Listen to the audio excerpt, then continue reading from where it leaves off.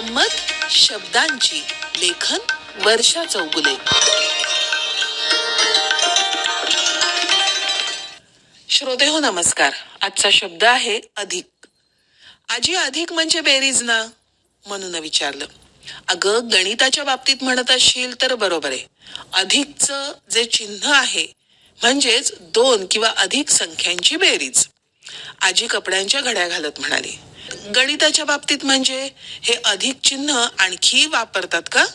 अगं फक्त अधिक चिन्हाच्या बाबतीतच म्हणत असशील तर हे बरोबर आहे. तसंच एक संस्था आहे रेड क्रॉस, त्या संस्थेचं चिन्ह सुद्धा त्या अधिकच्या चिन्हाचं आहे. तसंच डॉक्टरांच्या गाडीवर सुद्धा तू हे पाहिलं असशील अधिकचं चिन्ह. अधिक या शब्दाचे सुद्धा वेगवेगळे अर्थ आहेत बरं का मनू.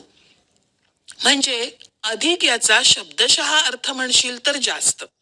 म्हणजे बघ हा, अधिक प्रयत्न, अधिक यश.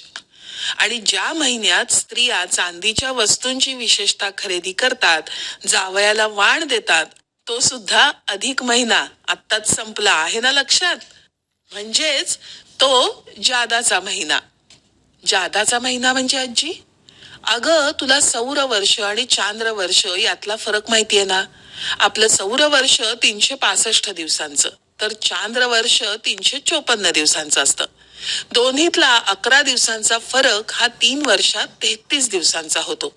तोच हा चांद्र वर्षात दर 3 वर्षांनी येणारा 13वा महिना.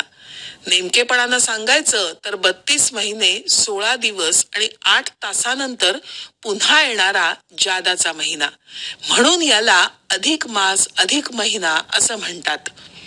आणि हो, काही कमी झालं किंवा सांडलं किंवा तुटलं तर अधिक झालं असं म्हणतात.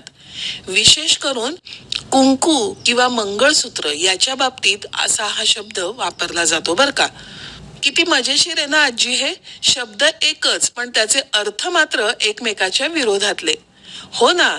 आणि इतकंच नाही तर अधिक प्रसंग म्हणजे भांडण किंवा दंगामस्ती असाही त्याचा अर्थ येतो. किती मजा आहे ना आजी. अधिकाची अधिकाधिक रूप आज मला कळली, तेही तुझ्याकडनं.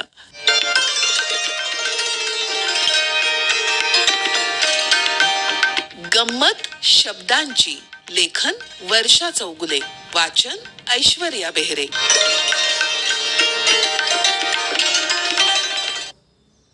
हा कार्यक्रम आपण ऐकलात आकाशवाणीच्या कोल्हापूर केंद्रावरून.